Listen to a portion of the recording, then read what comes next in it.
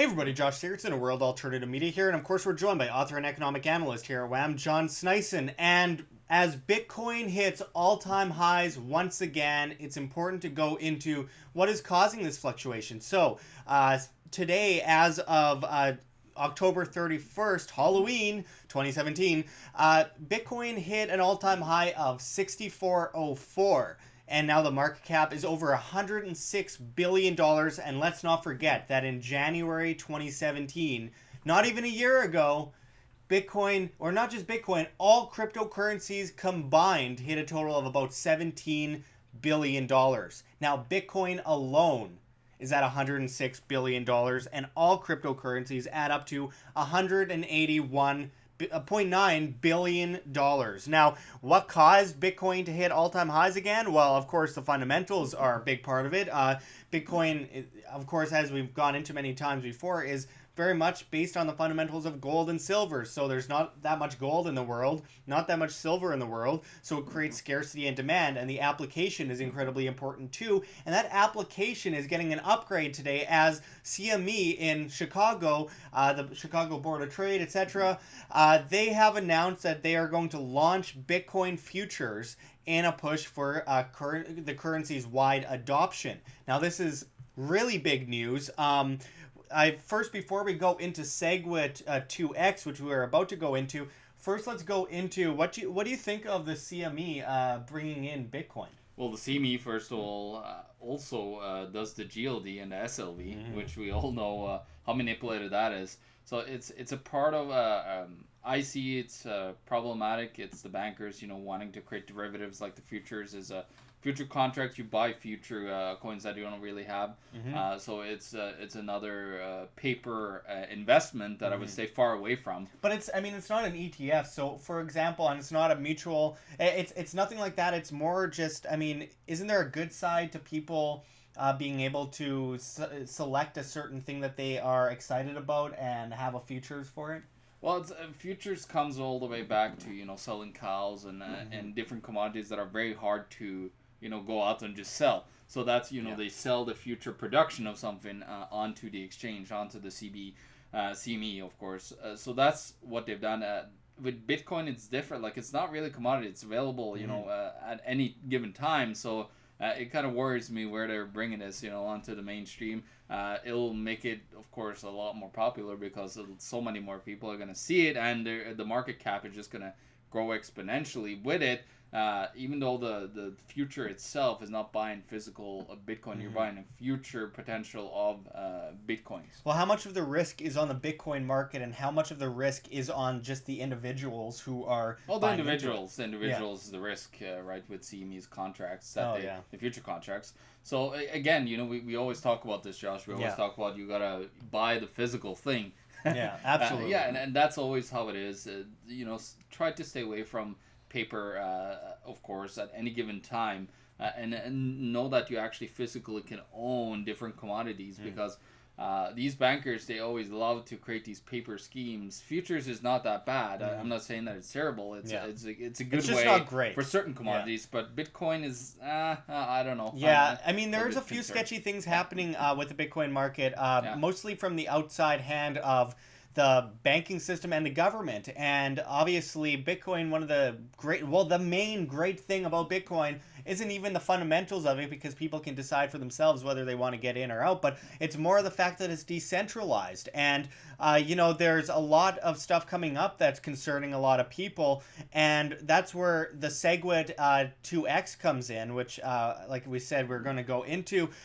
With the SegWit 2X, there are a lot of concerns about DCG, Digital Currency Group, the company spearheading the SegWit 2X movement, and who is in charge of DCG. And when you go into it, you see the CEO is Barry Silbert, a former investment banker, and MasterCard is also an investor in DCG. And just kind of going into who is who on this board of directors, looking at Glenn Hutchins. He's a former advisor to President Clinton. Hutchins sits on the board of the Federal Reserve Bank of New York, where he was reelected as a Class B director for a 3-year term ending December 31st, 2018. Barry Silbert, the CEO, is also an ex-investment banker at Houlihan Lokey.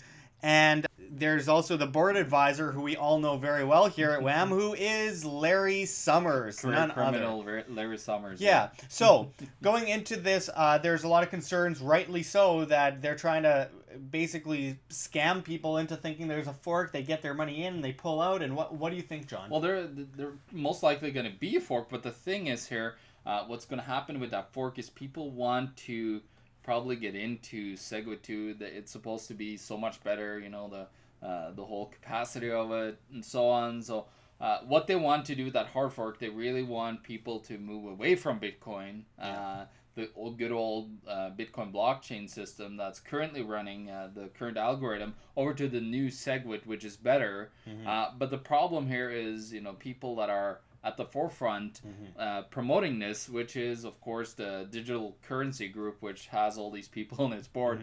A lot of sketchy people, of course.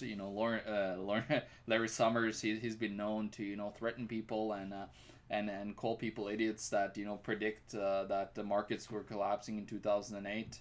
Well, Larry Summers is a globalist banker, and he's also been pushing the whole idea of a global, centrally planned cashless system, which is the exact opposite of Bitcoin. People have to understand this.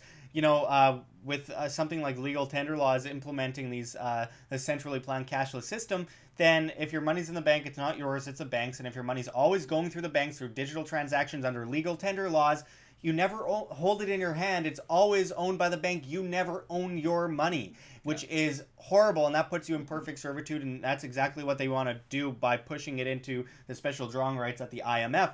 Very scary stuff, but Larry Summers is just a creepy globalist banker, and a lot of people are really creepy. And a lot of people are worried that this is going to push towards a centralization of this Bitcoin fork, and I think there's a good reason to be concerned about that, which is why people have to stick to Bitcoin. Just stick to Bitcoin and not get into all these little scams that people are trying to use in order to take over Bitcoin. I mean, if you want to get into it, that's up to you. Personally, I think it's a bad idea. Well, the reason for these hard forks in the first place is to upgrade Bitcoin, the Bitcoin blockchain. You can't just upgrade it currently as it is, so you have to create a hard fork where you separate the coins into 2 equal piles, and then somebody could go to, there's Bitcoin Cash, right? And Bitcoin Gold. And I'm a little sketched out about Bitcoin Cash too, considering the amount of computing power that's in the hands of such a few amount of people. But I heard news just recently that on top of the current blockchain that Bitcoin has, there's new systems getting created with blockchain systems that could do millions upon millions of transactions a second. So I don't remember where I saw it, but I see some developments that could revolutionize Bitcoin, and you wouldn't even have to worry about the underlying blockchain on it. So there's a lot of crazy developments, and Bitcoin is going to at least 10,000 now in the near term, like we're looking at within the year, maybe. Well, I think there's no doubt about it. Just going into that, people at the beginning of the year, when I said it was going to probably hit a target of 7,500 by year end, people said I was crazy, and I still think that this can happen. The SegWit 2X could actually hold it back a bit, but I do believe that it will happen by year end.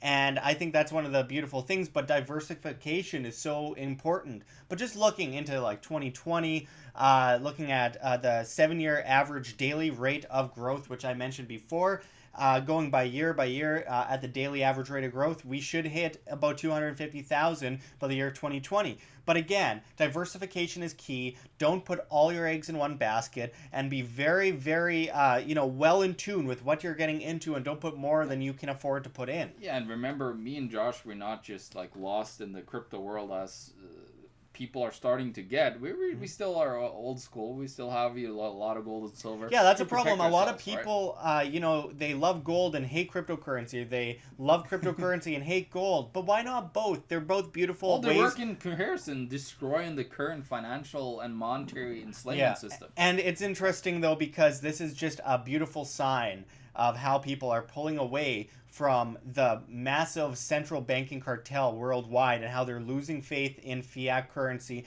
because fiat currency always reverts to its intrinsic value of zero. It always has, always will. Bitcoin is not fiat. That's a huge misunderstanding of the definition of what fiat is, as a centrally planned legal tender currency that will be printed into oblivion. There's a cap on the amount of Bitcoin that can be created by its fundamentals, and I believe it'll be 2140 when it ends. Well, it was based on gold, right? So Yeah. that's what Bitcoin is based on, and I think we're just going to end it with that. Bitcoin is here to stay. No matter how much you hate Bitcoin or love it, it's always going to be around. It's going to really fight, because you can't ban it. It's impossible to ban it, even if you ban the exchanges. So Bitcoin will always be there, no matter what governments or whoever want to do, like Indonesia now trying to like say that it's illegal and they're going to come after people using it. It's stupid.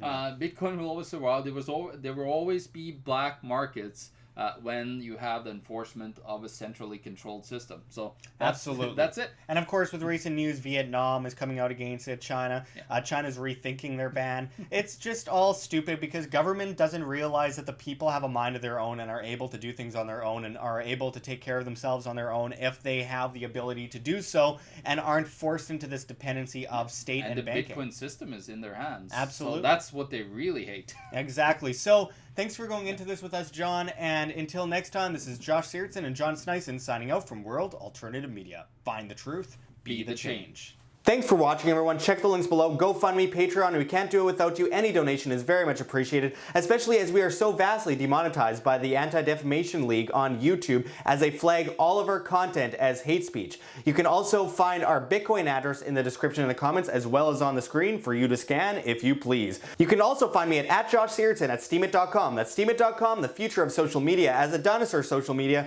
digs its own grave. You get paid in cryptocurrency, Steem that is, on steemit.com via the upvote of your posts, so I hope to see you there. But until next time, this is Josh Sigurdson signing out from World Alternative Media. Find the truth, be the change.